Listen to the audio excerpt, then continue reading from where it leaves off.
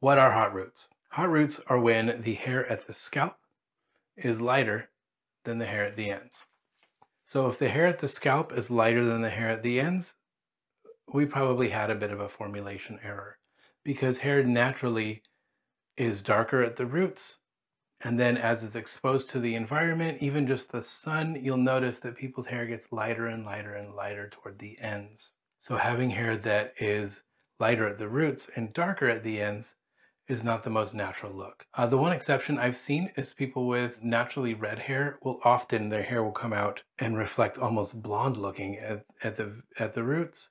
And then it darkens over a matter of a couple weeks and then their true color comes out, which I think is kind of cool. I'm not exactly sure why that happens, but I'd love to know. So hot roots are when the hair is lighter at the scalp. The reason this happens with formulations is because often, whether someone's using color or lightener, they'll use the same formula from their new growth or their base all the way to the ends. And the hair, the first approximately ½ inch of hair at the scalp gets lighter faster and easier than the rest of the hair. So if I use the same formula, let's say I have virgin hair and it's like a medium brown and I want to go to a light brown and I put light brown hair color all over my head, chances are I might get dark blonde roots and light brown everywhere else. Or maybe light brown roots, medium brown everywhere else. So why does this happen and how do we prevent it? We're taught in cosmetology school that hot roots are because of body heat, that we lose a lot of heat through our scalp. That's kind of like a myth. We don't lose any more heat through our scalp than we do through the rest of our body. So our scalp emits heat, and that's going to heat up the color, and heat accelerates the oxidation process.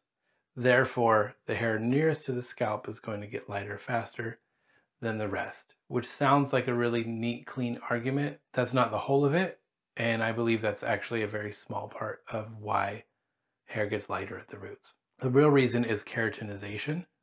Hair, when it first grows from the scalp, it takes a while to fully harden. It's very soft, it's new, and it takes about a month or so for that hair to fully harden and become less vulnerable. And like we talked about in my clipper guards video, hair grows an average of about 1/8 of an inch a week. Extrapolating that out, about 1/2 an inch a month. The area of hot roots is usually about 1/2 an inch. Although, for a stylist that's been working and making mistakes for quite some time, you will often notice that maybe some people's hot root areas are smaller than 1/2 an inch. Some people's hot root areas are 3/4 of an inch or almost an inch.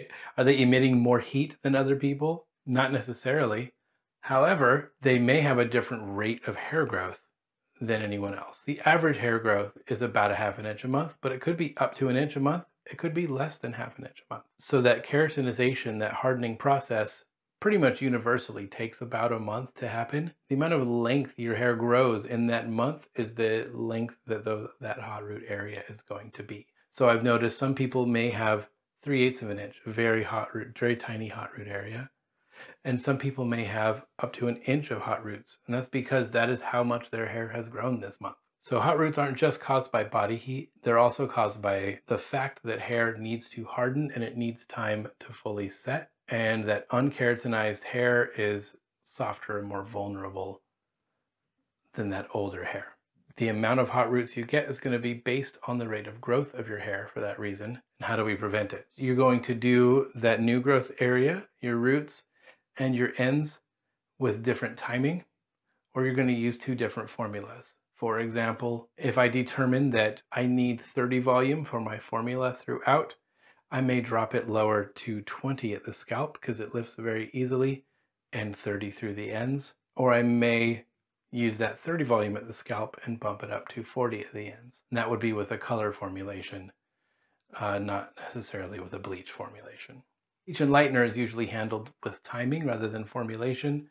So you may use the same volume all throughout, but you may lighten the mids and ends much longer than you lighten the roots. And so you've got to kind of change the order of your processes.